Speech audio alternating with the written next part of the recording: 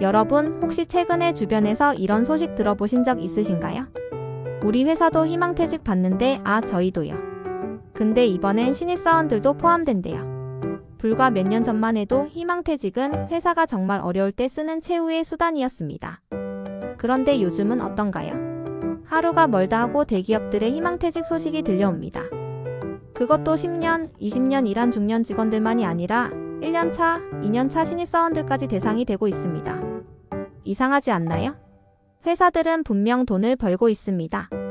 실적도 나쁘지 않습니다. 그런데 왜 사람을 줄이는 걸까요? 더 이상한 건 줄인 자리를 외주로 채우지도 않는다는 겁니다. 그냥 그 일 자체가 사라지거나 남은 사람들이 더 적은 시간에 더 많은 일을 해내고 있습니다. 도대체 우리 사회에 무슨 일이 벌어지고 있는 걸까요? 송기령 작가의 신간시대예보 경량문명의 탄생은 바로 이 질문에서 시작합니다. 그리고 저자는 우리에게 충격적인 진단을 내립니다. 이건 단순한 구조조정이 아닙니다. 200년간 이어져 온 문명이 지금 끝나고 있습니다. 200년이라는 시간 어디서 시작된 걸까요? 바로 산업혁명입니다. 산업혁명 이후 인류는 한 가지를 굳게 믿어왔습니다. 크면 클수록 좋다, 무거우면 무거울수록 안전하다. 조직은 거대해야 경쟁에서 이길 수 있고 많은 사람을 고용한 회사가 든든한 회사였습니다. 실제로 그랬습니다. 분업화를 통해 대량 생산 체제를 구축했고 기술이 발달할수록 전문가들이 필요했으며 그 전문가들이 모인 조직은 점점 더 거대해졌습니다. 이것이 바로 저자가 말하는 중량 문명입니다. 그런데 문제가 뭘까요? 무겁고 거대한 건 필연적으로 느립니다. 배를 돌리는 것처럼 방향을 바꾸는데 엄청난 시간이 걸립니다. 의사결정 하나 내리는데도 수많은 단계를 거쳐야 합니다. 여기 지금 새로운 플레이어가 등장했습니다. 바로 인공지능입니다. 그리고 인공지능의 속도는 인간이 따라잡을 수 있는 수준이 아닙니다. 밤새 일해도 지치지 않고 실수도 하지 않으며 배우는 속도도 압도적입니다. 한국인들 우리 정말 부지런하잖아요. 빨리빨리 문화로 유명하고 남들보다 덜 자고 더 일하면서 경쟁력을 유지해왔습니다. 그런데 저자는 말합니다.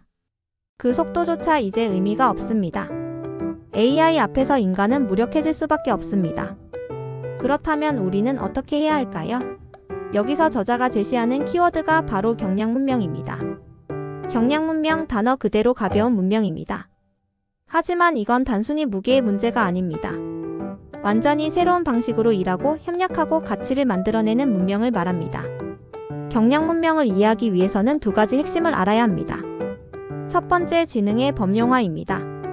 무슨 뜻일까요? 예전에는 디자인이 필요하면 디자이너를 고용해야 했고 코딩이 필요하면 개발자를 찾아야 했습니다.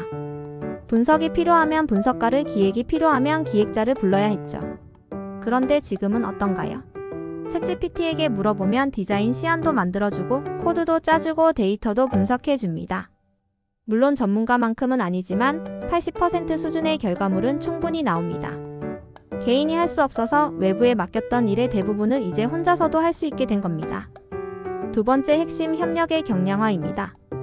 이게 정말 중요한데요. 인공지능으로 증강된 개인들은 더 이상 누군가의 직원이 될 필요가 없습니다. 대신 필요할 때 모여서 프로젝트를 하고 끝나면 흩어집니다. 그리고 또 다른 필요가 생기면 다시 모입니다. 저자는 이를 지금 만나는 사회, 잠시 만나는 사회, 다시 만나는 사회라고 표현합니다.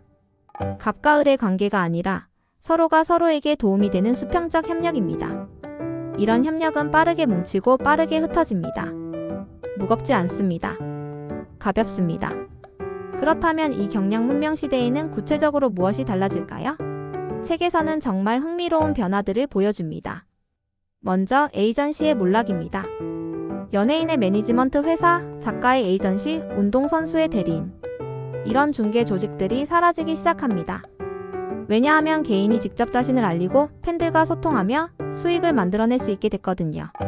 유튜브나 인스타그램만 봐도 알 수 있습니다. 미디어 산업도 변합니다. 저자는 매스의 종언이라고 표현하는데요. 모두를 위한 콘텐츠가 아니라 각자의 팬덤을 위한 콘텐츠가 주류가 됩니다. 1000만 관객의 영화보다 10만 명의 열성 팬을 가진 콘텐츠가 더 강력할 수 있습니다. 브랜드 경쟁도 달라집니다. 이제는 기능으로 경쟁하지 않습니다. 저자의 표현대로 아름다움과 아름다움의 경쟁이 됩니다. 어떤 이야기를 담고 있는가, 어떤 가치를 대표하는가, 소비자와 어떤 정서적 연결을 만드는가가 중요해집니다. 그리고 여기서 정말 흥미로운 부분이 나옵니다. 경량 조직의 법칙인데요. 이 부분이 정말 이건 책에서 직접 확인하셔야 할 것 같습니다. 왜냐하면 새로운 리더가 갖춰야 할 덕목이 완전히 달라지거든요. 저자는 이를 위대한 쇼맨이라고 표현하는데 도대체 무슨 의미일까요? 그리고 조직 문화의 역할도 완전히 바뀝니다.